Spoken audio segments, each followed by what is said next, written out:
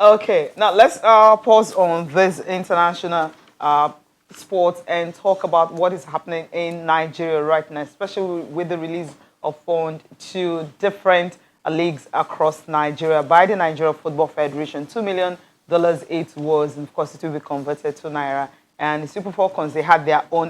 The women's team had their own money from FIFA, $500,000. Of course, that was shared among it. For someone to talk more about this, because yesterday we actually did about it just generally, but today we'll be focusing on the women. I mean, how NFF had to share the money amongst the different leagues that we have in Nigeria. Jenny Anthony, a correspondent with BBC, will be joining us this morning to talk more about this. Jenny, good morning. It's good to have you join us. Good morning. It's so great to be here. Thank you so much. I'm sure you saw the breakdown of how Nigeria Football Federation expanded that money, given to FIFA, given to them by FIFA for the Women's League, and of course the national team. What do you make about this whole situation? Firstly, that it's done. When a lot of other member associations across Africa, how we're releasing their own plans of what to do with that fund. Nigerian journalists, Nigerian media sphere, and of course, people were asking, where is Nigeria's bid? Where is the announcement of what they're going to do with the COVID relief fund and plans? And so it's been a relief that was released really early yesterday. And it's been a mixed bag. Firstly, it's so commendable that there is this, large chunk, but sadly it had to do with COVID that, this large chunk of money was released to member associations to develop the game. But for the women's game, there's been so much talked about how FIFA is trying to develop the women's game. And you can see from the World Cup, first of all, it's been expanded. The World Cup appearance money was improved. There was also the World Cup club benefit funds where clubs who produce players at the World Cup were also giving some money to assist them in churning out more stars. So you've seen a lot in the last couple of years from FIFA. So when this happened and FIFA then said, we have a dedicated amount of money going to women's football, it stamped that imprint to say that FIFA really, really wants to ensure that member associations and confederations keep their eye on the ball and ensuring that women's football get developed. So when we saw that list with $500,000 dedicated to women's football, we knew that was what FIFA mandated and it had to be done. All right, Yemi here, and thanks for joining us once again. But let me just quickly ask you, before we get to whether or not in terms of proportions, the amount that the women will get is enough, I just quickly want to say, aside COVID, there are other African countries who are doing things, not waiting for the monies they're going to get from CAF or FIFA. So what are some of the things you expect? We'll talk about this money, but do you expect to see other initiatives apart from the money coming from other sources? Yes, but before you can fly any initiative, you need money to do that. Even if you want to create awareness campaigns, you need money. And a few weeks ago, when I covered, how COVID was affecting sports and football extensively, we know that in Africa, football is usually government run, state supported, and with economies crashing. I mean, today the UK literally announced that it's falling into recession. We know that for countries in Africa, government supports football, and now with the COVID pandemic ruining a lot of things, you find a state where these governments try to withdraw money from sports, withdraw money from football. It means that these associations are left stranded.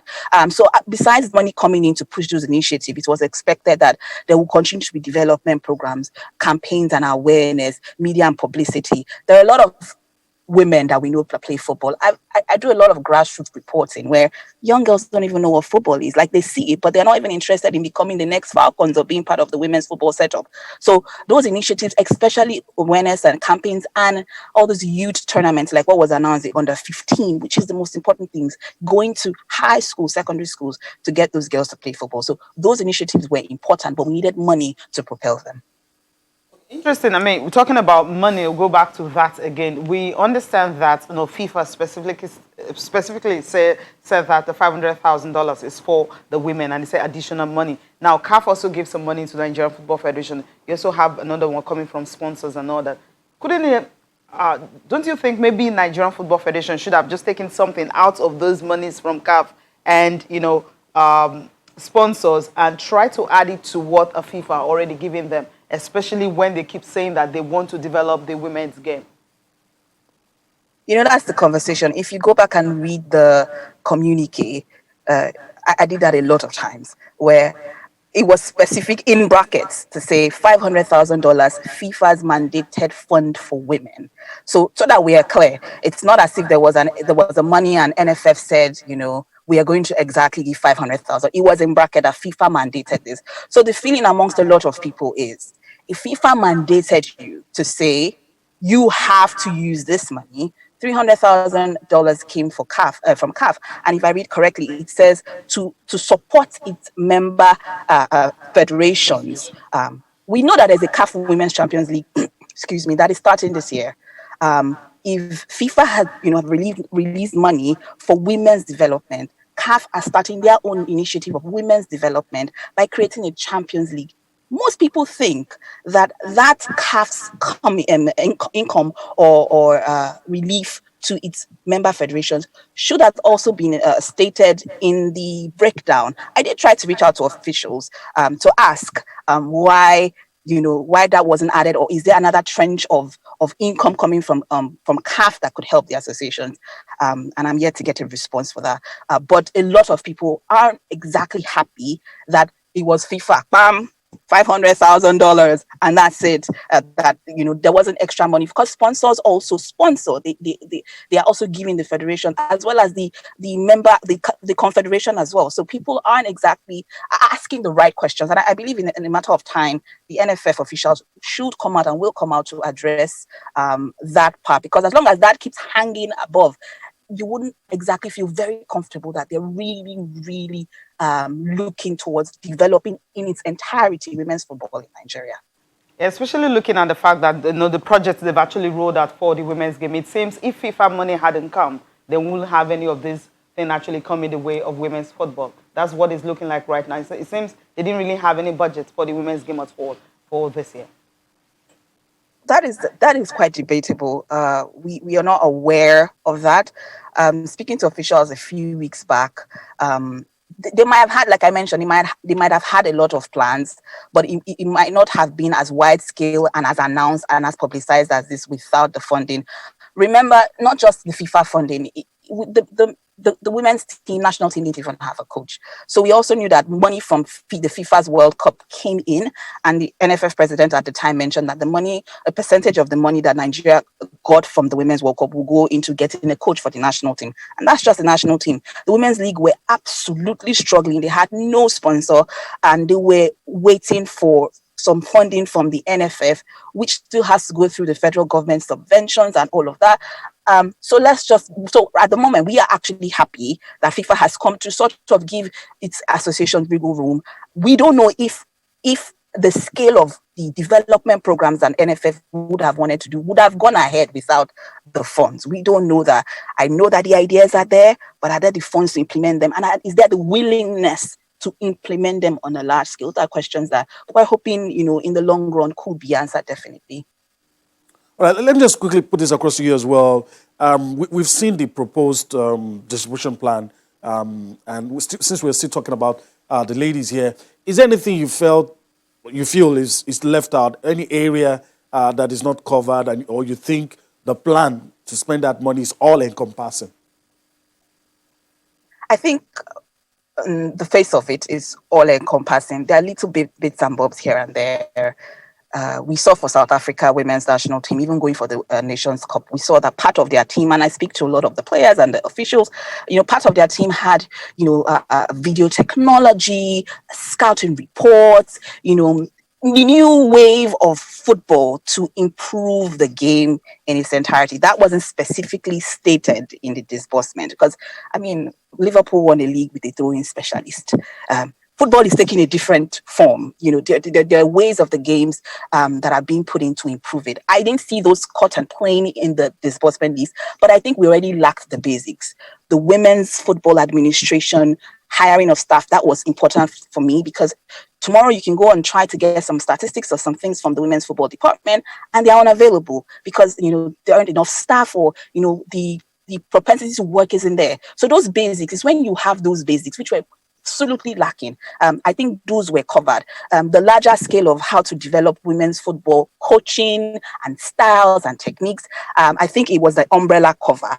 As time goes on, we'll see how this fund goes in. And let's not forget, this FIFA trench of money coming in, the FIFA Forward program is for 3 years, between 2019 and 2022, of $1 billion for women's teams and 211 member associations and 6 confederations. So there's still more money that will come within this large scale. But right now, it's all about getting that foundation for Nigeria. We've been building from the outside in, not from the inside out. And this trench of money could start the basic foundations that we've been so lacking.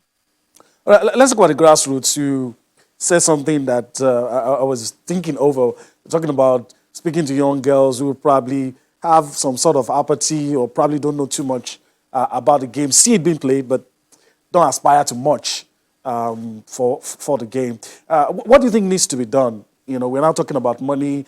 Yeah, you said we're still on the way, which is good news. But what are the things you think needs to be done to grow the game from inside, not outside in now, from inside, so we get to a point where the popularity of the game with young people is the same with regards to men and women?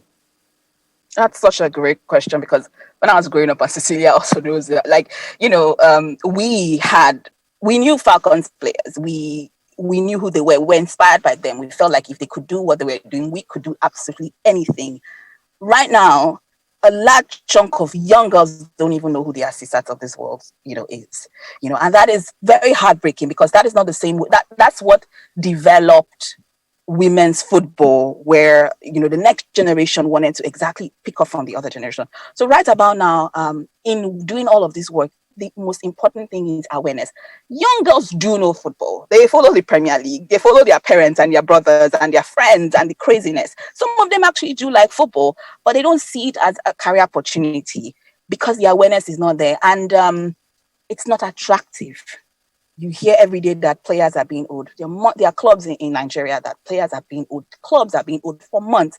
How do you make that attractive when a girl hears that, a male footballer is earning thousands per minute? And, for women's football, there's strikes. They are not on TV. They are not on radio. You need that awareness. But most importantly, you need to go back to schools. You need to be able to create a situation whereby these girls, they're on social media. The Falcons players, some of these club players are on social media. Can you go to these schools? Can you meet them one-on-one? Can you show them what you do? It needs to go back to schools. And the under-15 championship, like I also saw, is another opportunity where girls I go on the street and I see girls who are playing monkey post with boys. If you go to those schools where those girls are, that could be worth it. So all of this could really help with this entirety. All right, Jenny, that's where we'll just leave it. Thank you so much for taking our time to join us this morning on the program. Thank you. All right, we need to go on a break now. When we'll come back, we'll be talking about the NBA and also the Europa League and the Champions League.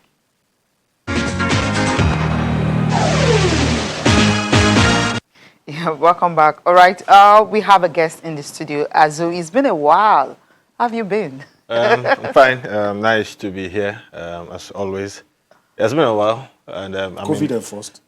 Yes, obviously COVID enforced. But, the good thing is that we are all safe. And, it's been tough for a number of people. But, it's how it is. We hope people are keeping safe. Yeah. And we hope things would get back to normal very soon. Yeah. We are praying for that. Okay, Azuma, we'll get back to you shortly. But then let's just quickly run through the results from the NBA as some of the games that decided last night. Of course, we'll also talk about the top performers. We're starting with the results from last night, where you have Damian Lillard tying a career high with 61 points in that win over Dallas Mavericks. It was 134 and 131. We'll talk more about that much later on the program. The Suns and the 76ers. It was another blistering performance for the guy, you know him, Devin Booker. He had 35 points, 9 rebounds, and 7 assists to lift the Phoenix Suns over the Philadelphia 76ers. And, of course, Michael Bridges had added 24 points. Darius Saric also contributed 18. Ricky Rubio, 16 points and 10 assists. And the Suns right now, they haven't lost a game since the bubble started. And Philadelphia, they are currently the 6th team in the East. And for the Suns, they are trying to get the playoff spot for the first time in 10 years. For the Celtics and the Memphis Grizzlies, it was 122 and 107. And of course, for the Memphis, the guys that did some good numbers, but then just wasn't enough. John Moran, that's the potential Rookie of the Year. He had 26 points and 13 assists. That wasn't enough because Jason Tatum scored 29 points. Kemba Walker added 19. And then it was another devastating beating for Memphis because they've now lost their second, their secured grip because we were thinking they'll finish 8th in the Western Conference, but right now they've just lost that, their 6th defeat in 7 seeding games. Also, the Rockets and the San Antonio Spurs. San Antonio Spurs know what they are fighting for, and they had to dig deep to be able to beat the Spurs 123-105. That ended in that. Russell Westbrook was in action, but then the Beard, he didn't play the game. He was rested watching it from the bench. And Kyron Johnson was the guy who overshadowed everyone, having 24 points and 11 rebounds in that one. Also, you have the Bucks and Wizards. In this one, Giannis Antetokounmpo was ejected after, First he returned to the lineup. Then he gets ejected. Complain about fouls, though. Of course, I mean, he was trying to headbutt someone, and of course, he was sent off. He spent just 10 minutes, and in that minute, he had already done some damage there because he scored about how many points? About 12 points, in 10 minutes and 9 rebounds before he was ejected in the game. The Pelicans and the Kings. The Pelicans, for the Sacramento Kings, the 2 games they've won, in the bubble happens to be against New Orleans Pelicans. Of course, we know the 2 of them are already out of the playoffs. But for the Nets and the Orlando Magic, it was 108 and 96. It ended in that order. We'll just quickly take a look at the top guys who put up the numbers on the night. You have Damian Lillard, of course, leading that one with 61 points, 5 rebounds, and 8 assists. And then followed by Devin Booker, he had 35, 9, and 7. Then Kristaps Porzingis, he has 36, 6, and 2 blocks. He was on the losing side on the night, but then that didn't stop him from getting into our star performance today. All right, that's it. I think there are 2 fixtures for today. Let's see if we can run that as well. The Rockets up against the Pacers and the Philadelphia 76ers up against the Raptors. So that's it for the NBA. All right, let's go and talk about some of the issues for today. Azu, it doesn't get bigger than Europa League right now and UEFA Champions League. Now we know the last 4. The last 8. Oh, last quarterfinals. Getting ahead of myself. All right, so that's it. So let's quickly take a look at the results for yesterday in the Europa League and talk about the potential matchups. There you have it. Shakhtar Donetsk hammered Basel 4-1, and Wolves. I was rooting for Wolves. They lost to Sevilla. Your thoughts on this one, quickly? Shakhtar Basel, I think, isn't a surprise.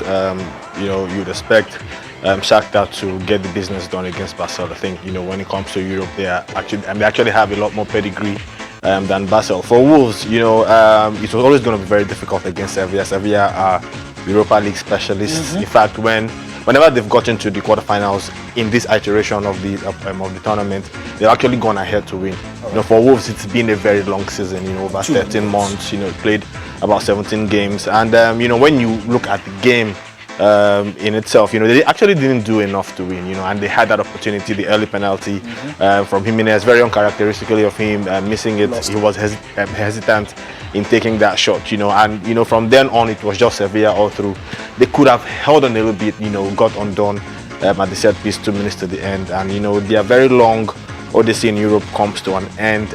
And it's a sad one for them because there won't be any European football for them for next season. So it will be a while again before we see them in Europe. For Sevilla, they get on to Manchester United. And there's a bit of a subtext to that game. If you remember, Jose Mourinho losing out to Sevilla in the Champions League when he was at Manchester United. So it would be fun to see if United have actually moved past that and if they've actually grown enough to be able to do the business against Sevilla. Sevilla would be a very, very difficult opposition for Manchester United. All right, let's say confirmation of that semi-final fixture says, as we already talked about it. Let's just see what's going to happen in that one. Sevilla up against Manchester United. Then you have Inter up against Shakhtar. Both matches, I mean, looks like on paper it's going to be very interesting. Yeah, it's going to be very interesting, both matches. I think for a lot of neutrals and possibly UEFA themselves, they probably would want an Inter-United final. That would be something that you should actually be seeing in the Champions League, and bring a bit more prestige, a bit more coverage to the Europa League. But I think you'd expect Inter to, do the business. For them, this is their only, chance of a trophy, and it would, give them like semblance of having a successful season, because domestically they weren't really good. Ended up losing the league by 1 point, but they were very inconsistent. They spent a lot, did a lot of restructuring at the club. Getting something in Europe for the first time in a very long time would actually, boost them. And for Manchester United, obviously, it's also another avenue to get a trophy and to put the shine to the season. All right. Now, I mean, everyone seems to be underrating Shakhtar Donetsk. Because if you watch the game against Basel last night, what they did, that 4-1, they were clinical. They happen to be a team that, once they have the opportunity, they convert their chances. Yeah, they're clinical, but you'd expect them to beat Basel. Against Inter Milan, it's going to be different, a very, very different opposition. But the goals that were scored, that's the point that I'm trying to make them. They have a team that can actually score goals. Yeah. For Shakhtar, they've actually been very good with goal scoring, even in the Champions League. Even though they tend not to get past the group stages, they've actually scored goals. You remember when they were grouped together with Manchester City, even with Liverpool in the past, they've always scored goals. So they're a good team going forward. They have very talented Brazilians in their team who who do the business up front. So getting to score goals, they are good. Inter Milan, obviously, from what we've seen in the league, are in the tightest at the back. So there might be that opportunity. But they would also have to contend with Inter's own midfield and firepower. Lukaku is on a run of 9 straight games scoring. There's, Lautaro Martinez. Alex Sanchez seems to have found his groove back. So it's going to be very interesting. And it's also going to be a very different proposition with what they had with Basel. All right. So we'll leave it at that. So I think it's time to go to the other Champions League, Cecilia. I mean, today we have just one fixture in the UEFA Champions League. And of course, the talks about whether or not Kylian Mbappe is going to get a chance to play is what everybody's been talking about. PSG up against Atalanta. The guys from Atalanta say, I mean, they trained in Bergamo. They're saying, look, we're not bothered. These guys have money, but we're not bothered. And Tuchel as well, we'll take a quote from him later on, says that there's a slight chance of Kylian playing today. Yeah, when he got that injury, it looked very, very bad. It was almost like the season had ended for him. And this game is the proper definition of a David vs Goliath encounter. Yes, you have the money bags against Atlanta, plucky little Atlanta. Actually, the entire wage bill of Atlanta is actually less than what Neymar earns in a year. And for Atlanta, it's beyond football for them. This particular fixture, they have the whole Bergamo behind them. You remember what happened with the coronavirus in that town? They were very hard hit, had lots of deaths. It was, an epidemic there. And, that gives this, for them, the players themselves, it gives them an added impetus because they're carrying an entire city behind them. For PSG, they've only got to the semi-final once in their history. They've never made the semi-finals under Qatari owners. So for them, victory would also be that next step. Also a validation of the entire project.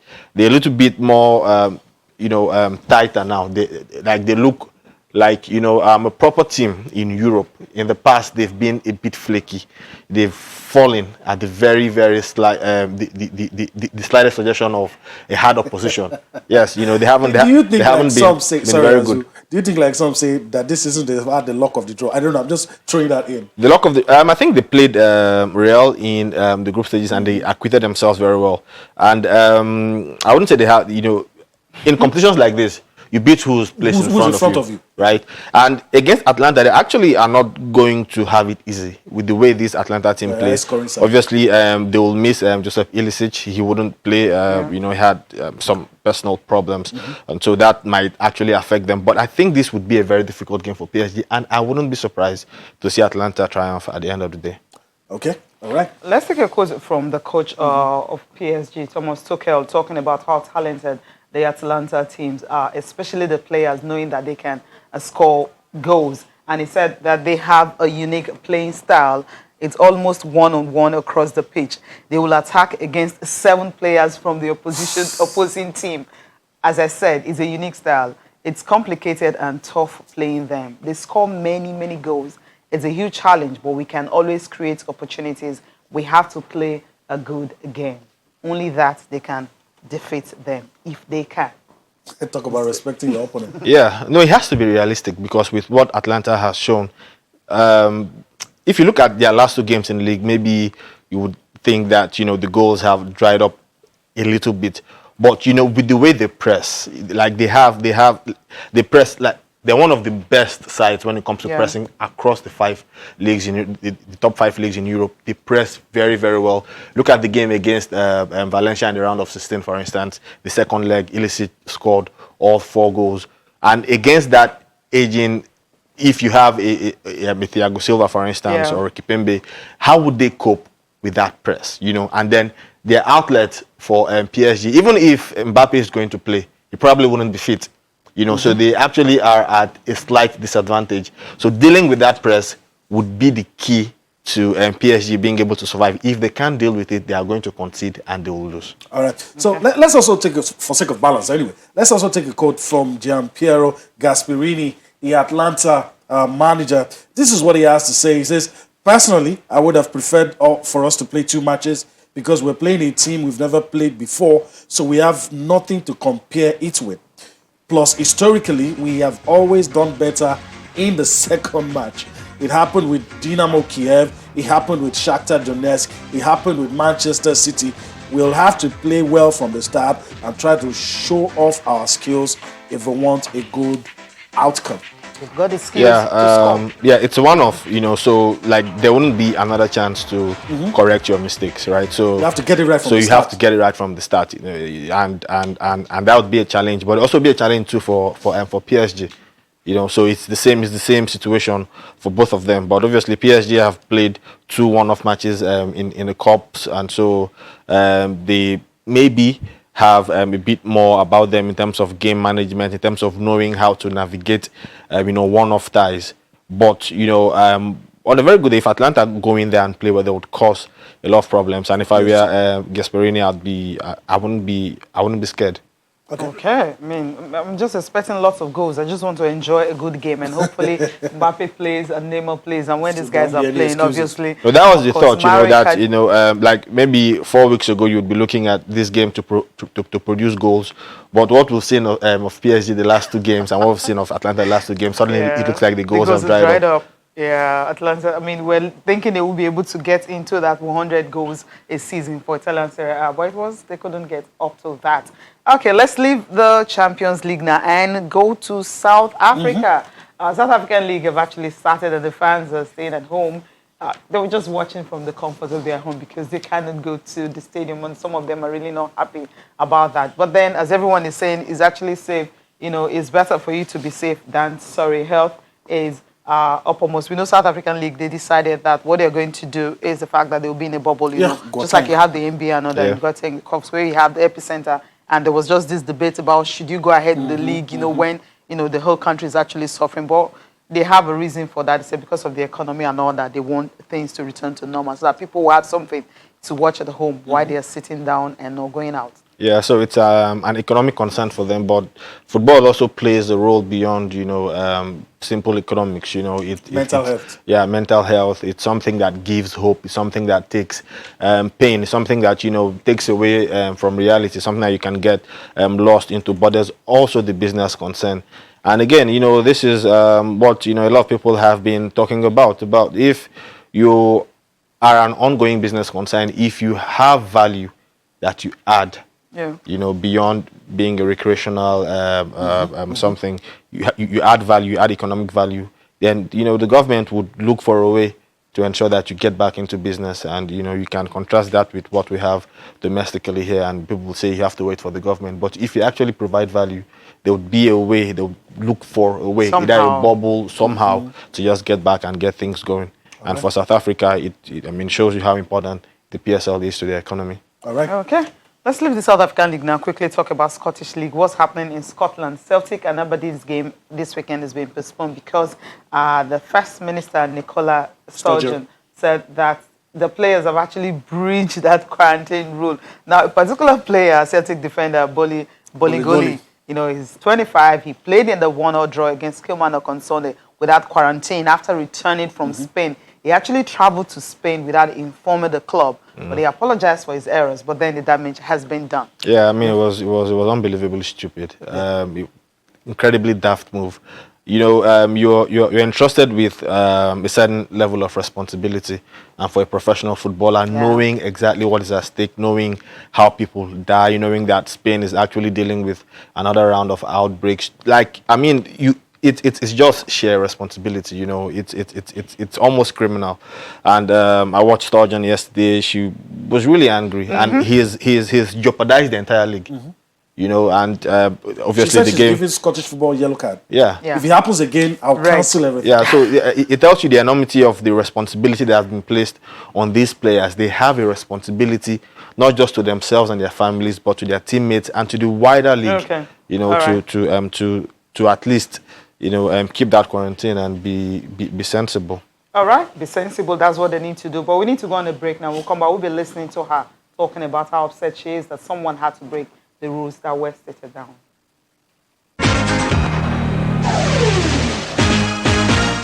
Okay, red card is coming, right? That's the warning to all the players. I mean, how do you just travel to another country, and even if it's just for a day, and come back without following the right rules and even had to play a football game? But then, we just hope that other players will not breach the rule because there's already a warning. Yeah, it's clear. She couldn't have been more explicit than it's clear. Everybody understands now the enormity of the situation, and you'd expect the players, the coaches, the clubs to drum it into themselves. Like, hey, we can't take any more chances. What struck me was the way she turned to the football administration guys and said, "I'm telling you guys now, if you do it again, it's a red card." But Neil Nelon has been talking about Bolingoli and says, look, he's disappointed, and it will take a while before Bolingoli, before the teammates could accept him, because not only did he risk his own life, but jeopardized the safety the entire of everybody. It's just stupid, and there can be absolutely no excuse for what he did. So he'd find it very difficult. You can go in and you apologize, but before you went to Spain, you knew exactly what you were doing. You should have thought about it, so an apology doesn't cut it. If he had, infected people, you go and tell them, I'm sorry. That would have been another story entirely. But the good thing is that all the players, the staff, and even himself, they've been tested twice, and everyone tested negative. That's the good news coming from there. But Steven Gerrard says actually a wake-up call for everyone. So any little miss, the league might just be cancelled.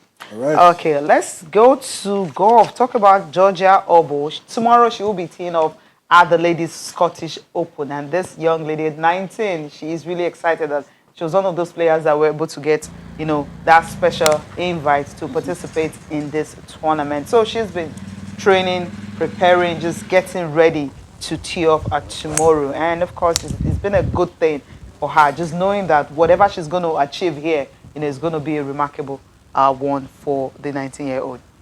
I'm happy we're talking about her. I'm happy she's in the news for the right reasons. There are some things in this part of the world, I don't know if Azura agrees, there are some sports people see as recreation. But starting during lockdown, I was able to focus. Hopefully, I think we need to hear what she has to say, because that also will help us put things into perspective. So let's just get to listen to Georgia Oboh and hear what she has to say, then we'll come back for more. In my house was great. Coming to the UK, I was then able to play some rounds and a few tournaments before coming over to Scotland early. I've also played 3 different golf courses since coming to Scotland, and in addition to the 2 practice rounds that I've had at the Scottish Ladies Open. Well, despite the COVID-19 lockdown and the restrictions in place in Nigeria, I was fortunate enough to have come to the United Kingdom early before the event, complete my 14-day quarantine before I went back to full-time practice. I was also able to compete in 2 mini tour events near Manchester, where I'm based while in the UK. So I would like to say that I have gotten my body back to tournament golf. It's just a question of playing with the conditions on the day. I've now seen the course twice, the full 18 holes. So I'd like to say that my target would be the top 10, especially with the opportunity to gain entry into the British Open next week. Although my performance training has not been the best due to lack of sponsors, I still feel that I have a good chance of a good showing this week. Well, it was a great opportunity to have been invited in the first place. The first time for everything. It's a great event to start back with on the Ladies European Tour, and I'm just grateful for the opportunity.